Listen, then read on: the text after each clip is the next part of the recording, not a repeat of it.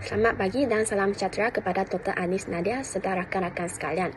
Kami daripada kumpulan 14 ingin membentangkan tugasan berkumpulan kami yang bertajuk soalan dan penyoalan. Sebelum memulakan pembentangan, saya ingin memperkenalkan ahli-ahli kumpulan yang terlibat dalam tugasan ini.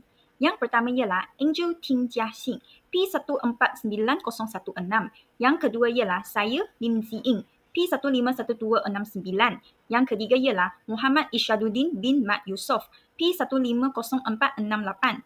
Seterusnya, Nurul Asmira Zulikawati binti Mos, P152281. Akhir sekali, Stella Lee Sing Wei, P150608.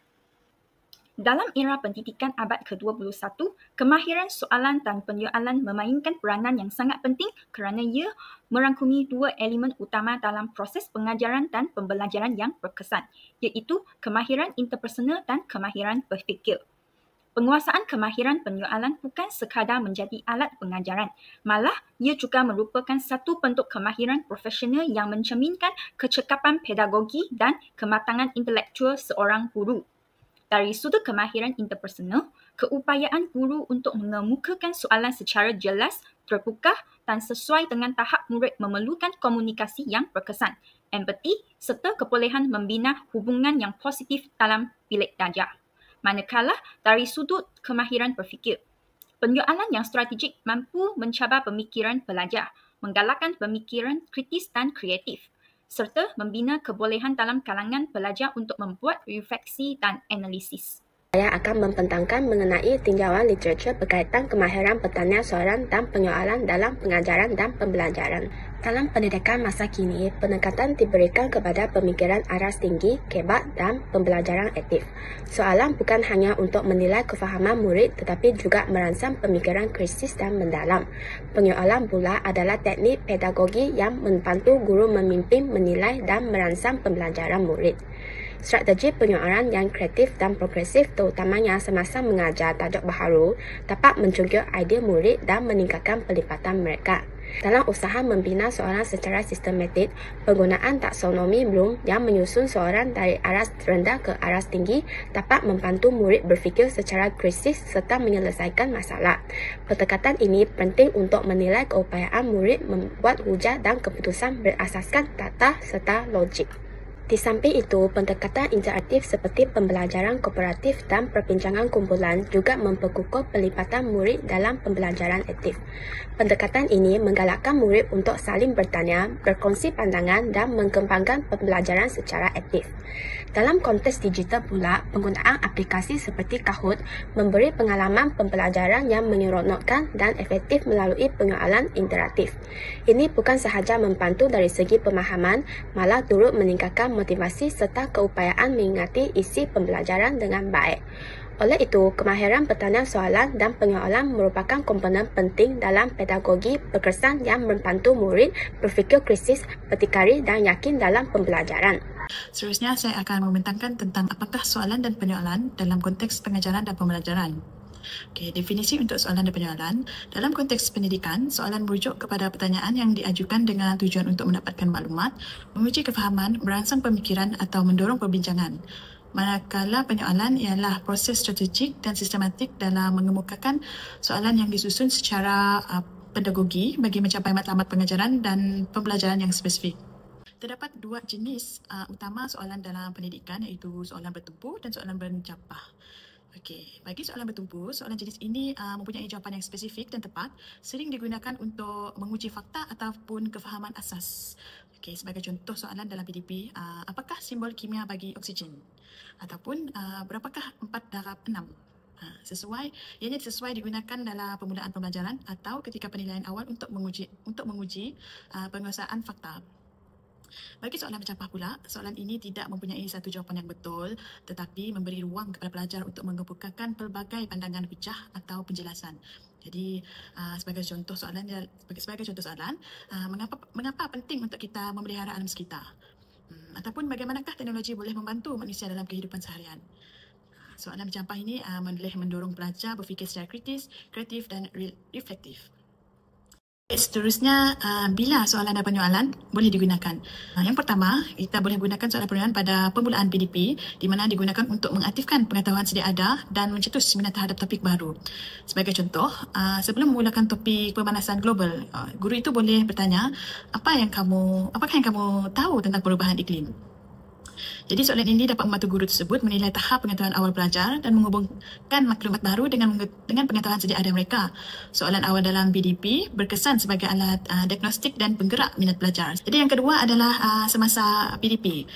Soalan ini digunakan untuk membina konsep baru, meneroka idea dan mencabar pemikiran. Penyoalan terbuka semasa PDP dapat meningkatkan interaksi dua hala dan menggalakkan pelajar membina hujah secara kritis.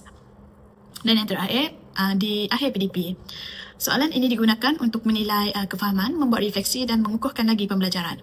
Sebagai contoh soalannya, apakah pengajaran paling penting yang kamu pelajari hari ini? Soalan ini dapat memberi peluang kepada pelajar menyaring maklumat dan mengenal pasti isi utama yang paling bermakna bagi mereka secara individu. Ia juga boleh menunjukkan tahap pemerhatian dan pelibatan mereka sepanjang sesi. Pelajar akan mula melihat kaitan antara teori dengan amalan. Jadi pelajar kemudian diminta menulis respons dalam jeda reflektif atau berkongsi secara lisan. Jadi teknik ini bukan sahaja menilai kefahaman secara kualitatif tetapi juga membantu guru mengenal pasti kesan efektif daripada pengajaran. Pihak yang terlibat adalah yang pertama adalah guru. Guru berperanan merancang soalan selaras dengan objektif pembelajaran, melontarkan soalan secara strategik seperti menggunakan wait time atau menyasarkan soalan kepada kumpulan tertentu serta menganalisis maklum balas pelajar bagi menentukan langkah pengajaran susulan yang sesuai. Peranan ini memastikan penyoalan menjadi alat pedagogi yang berkesan dalam membina pemahaman dan menyokong pengembangan pemikiran pelajar. Yang kedua adalah pelajar. Pelajar berperanan sebagai responden aktif yang memberi maklum balas terhadap soalan guru, penyumbang idea dalam perbincangan kelas dan pengaju soalan balas untuk meneroka isu secara lebih mendalam. Jadi peranan ini menggalakkan pemikiran kritis, komunikasi berkesan dan berkeyakinan diri dalam pembelajaran. Seterusnya, di mana ia dilaksanakan? Yang pertama adalah di bilik darjah secara fizikal, iaitu dalam interaksi bersemuka. Guru dapat membaca gerak balas pelajar secara langsung seperti ekspresi wajah dan bahasa tubuh yang membantu mereka menyelesaikan penyoalan secara serta-merta. Penyoalan juga boleh dijalankan secara lisan melalui perbincangan kelas ataupun secara bertulis dalam bentuk tugasan dan refleksi yang membolehkan guru menilai tahap kefahaman serta mendorong yang mendalam pelajar. Selain itu, pembelajaran dalam talian, persekitaran dalam talian, penyoalan boleh dilaksanakan melalui pelbagai medium seperti forum Moodle, aplikasi interaktif seperti Kahoot dan Padlet serta ruang sembang di Google Classroom. Jadi soalan boleh dikemukakan secara segera atau tak segera, memberikan fleksibiliti kepada pelajar untuk memberi respon dengan lebih mendalam dan matang. Jadi pendekatan ini tadi bukan sahaja menyesuaikan penyoalan dengan keperluan pembelajaran digital, tetapi juga menggalakkan penyertaan aktif dalam kalangan pelajar yang mungkin kurang menonjol dalam suasana bersemuka. Sebagai contoh soalan, contoh dalam kelas sains secara dalam talian. Guru boleh menggunakan aplikasi Google Classroom untuk mengemukakan soalan tak segera seperti, apakah kesan jangka panjang jika lapisan ozon terus menipis? Jelaskan pandangan anda. Jadi soalan seperti ini mendorong pelajar itu untuk berfikir secara kritis dan mengaitkan pengetahuan dengan isu alam sekitar semasa, sambil memberi masa untuk mereka menyusun hujah dengan lebih mendalam sebelum memberi respon. Saya akan menerangkan tentang kenapa soal dan penyoalan penting. Soalan yang baik mampu mencetuskan pemikiran kritikal, analitis dan kreatif dalam kalangan murid. Manakala bagi penyoalan pula ialah penyoalan yang berkesan menjadikan murid lebih terlibat dalam proses pembelajaran. Saya akan menerangkan kepentingan tajuk. Terdapat 3 kepentingan utama dalam konsep kenapa soal dan penyoalan amat penting. Iaitu yang pertama, soal dan penyoalan dapat membina pemikiran kritis dan kreatif di dalam kalangan pelajar. Penyoalan dapat menilai kefahaman pelajar melalui alat diagnostis. Dan akhir sekali, soal dan penyoalan dapat memperkukuhkan lagi hubungan sosial dan komunikasi. Seterusnya, saya akan menerangkan tentang rasional di sebalik kepentingannya dalam pendidikan. Yang pertama sekali, keperluan untuk melahirkan pelajar yang berfikir secara kritis serta bijak membuat keputusan. Yang kedua, keupayaan pelajar untuk bertanya dan menjawab akan mencerminkan kebijaksanaan minda pelajar. Seterusnya, impaknya terhadap hasil pengajaran dan pembelajaran. Yang pertama, dapat meningkatkan motivasi dan minat belajar. Soalan yang mencabar tetapi mampu dijawab oleh murid boleh meningkatkan motivasi mereka untuk terus belajar. Seterusnya, membentuk kemahiran sosial dan emosi. Persoalan juga dapat melatih murid untuk mendengar, menghormati pandangan orang lain dan memberikan maklum balas yang sangat membantu. Saya akan membentangkan tentang kaedah penerapan soalan dan penyoalan dalam proses pengajaran dan pembelajaran. Antara kaedah yang utama boleh diterapkan iaitu penyoalan bertahap, iaitu strategi yang dimulakan dengan soalan aras rendah, ingat dan faham, dan kemudian meningkat kepada aras tinggi, iaitu analisis, menilai, dan mencetak berdasarkan taksonomi Bloom. Sebagai contoh, pada permulaan pelajaran, guru boleh menggunakan soalan deskriptif seperti apakah masuk tenaga kinetik, dan pada fasa pengembangan, guru boleh beralih kepada soalan yang memerlukan pelajar menilai mengapa tenaga kinetik penting dalam kehidupan seharian. Strategi ini boleh diterapkan melalui aktiviti think, pair, share, di mana pelajar diberi masa untuk berfikir secara individu, kemudian berbincang bersama rakan dan akhirnya berkongsi idea kepada seluruh kelas. Teknik ini boleh memupuk keberanian pelajar menjawab soalan serta menyokong pembelajaran kolaboratif.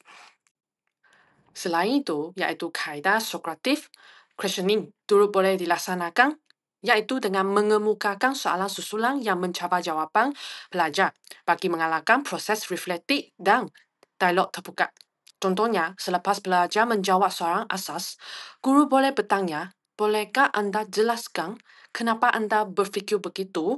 Atau adakah terdapat cara yang lain untuk menyelesaikan masalah ini? Strategi ini bukan sahaja menguji ketepatan pemikiran pelajar, tetapi juga menggalakkan pemahaman yang mendalam. Dalam kajian Ismail Lintang et al. 2023, strategi penyoalan merangkumi beberapa pendekatan utama. Yang pertama iaitu masa menunggu. Guru haruslah memberi masa 1 hingga 3 saat kepada murid untuk berfikir sebelum mereka menjawab soalan yang diberikan oleh guru. Yang kedua iaitu pengukuhan. Guru boleh memberi pujian secara lisan atau bukan lisan seperti senyuman dan isyarat ibu jari. Yang ketiga iaitu penyoalan susulan. Hal ini dapat menjana pemikiran lebih mendalam. Contoh soalan yang boleh ditanya oleh guru iaitu mengapa kamu berfikir macam ini? Atau mengapakah hal ini berlaku? Semula, guru haruslah mengarahkan semula perhatian pelajar kepada konteks yang betul jika pelajar memberi jawapan yang salah. Yang kelima iaitu pengalihan soalan. Guru boleh menyampaikan soalan yang sama kepada pelajar lain jika pelajar pertama tidak dapat menjawab atau menjawab dengan kurang tepat. Yang keenam iaitu penyoalan semula.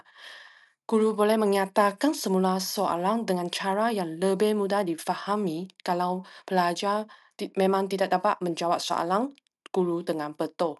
Kesimpulannya, soalan dan penyoalan merupakan kaedah yang efektif untuk memberikan kefahaman yang lebih mendalam kepada murid-murid.